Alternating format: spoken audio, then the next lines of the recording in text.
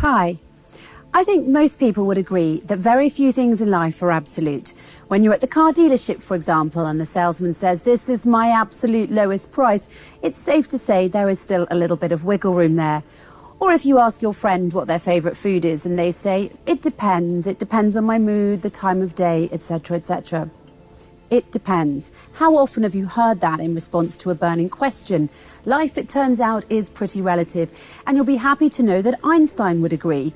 In his theory of relativity, Einstein asserts that both time and space are relative concepts, debunking Newton's theory that time and space are absolute. In fact, the only absolute constant in Einstein's special relativity is the speed of light. Its value will always measure the same for any observer in uniform motion. It will always be about 300,000 kilometers per second in a vacuum and never faster. According to NASA, before 1905, when Albert Einstein published his theory of special relativity, most people believed that space and time were as Sir Isaac Newton described them back in the 17th century. Namely, that space was the fixed, unchanging stage upon which the great cosmic drama unfolded, and that time was the mysterious universal clock in the sky. Sounds like an elaborate Broadway production, albeit a fantastical one. However, numerous real-world experiments over the last 100 years indicate that it was Einstein, not Newton, that was right. And thank God for that, because if we didn't have Einstein's theory of relativity and Newton had been right, many technologies that are part and parcel of our modern world would not have worked as they do. For example, the Global Positioning System, or GPS navigation as we call it, the nuclear power plants, electromagnets and generators that we all rely on, they all work using relativity. So let's take a closer look at Einstein's theory of relativity. Jesse Emspak, a physics contributor for Life Science, describes it as deceptively simple. First, there is no absolute frame of reference every time you measure an object's velocity or its momentum or how it experiences time. It is always in relation to something else. Second, the speed of light is the same no matter who measures it or how fast the person measuring it is going. And third, nothing, and I mean nothing, can go faster than light. The implications of Einstein's famous theory are profound. If the speed of light is always the same, it means that an astronaut going very fast relative to the Earth will measure the seconds ticking by slower than an earthbound observer will. Time essentially slows down for the astronaut, a phenomenon called time dilation. But that's not all. Another peculiar aspect of Einstein's theory of relativity is length contraction. So in the same example as before, if you were to stand here on Earth and wave at the astronaut's spaceship as it speeds by, it would look as though it was squished in the direction of the motion, meaning if the spaceship is moving horizontally, then it is the horizontal dimension which is contracted with no contraction of its height. If the spaceship were moving slowly, the level of contraction or squishiness that you would observe would not be noticeably significant.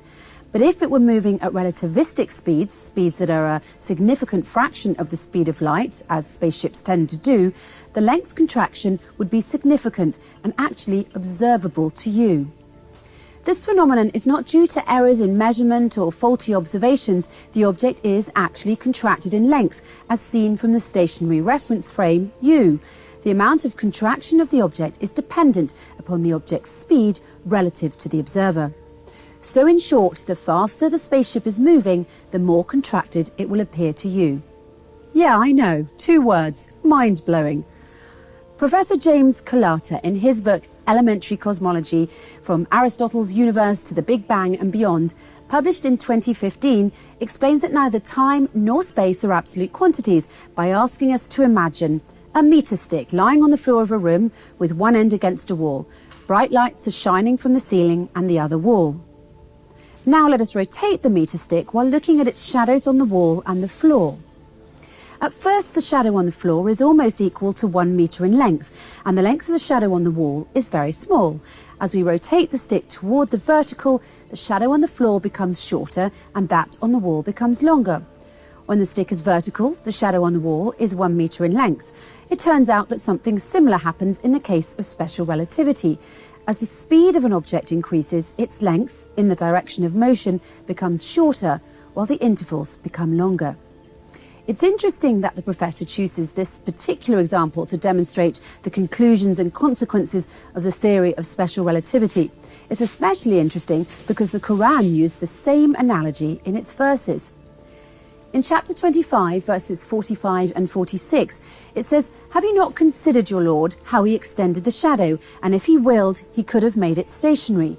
Then we, God, made the sun its guide. Then we, God, reduced it little by little." The scientific explanation for this verse is as follows. "Have you not considered your Lord, how he extended the shadow, and if he wished, he could have made it stationary, as in following Newton's theory model of absolute rest frame? Then we, God, made the sun its guide, since the speed of light of the sun is the only absolute constant. Then we, God, reduced it, which refers to length contraction little by little, which refers to time dilation." In this one verse, the Quran addresses the various aspects of what we now call the theory of special relativity, length contraction, time dilation, and the speed of light as being the only constant. Additionally, the Quran warns us that God could transform our lives from Einstein's physics to Newtonian physics if he wished. And this is possible because God did not just discover the theories of physics, he actually created them. So the next time you respond to someone's question with "it depends" and they get mad at you for not giving them a definite answer, remind them of Einstein's most famous theory of special relativity, and they might just forgive you for it.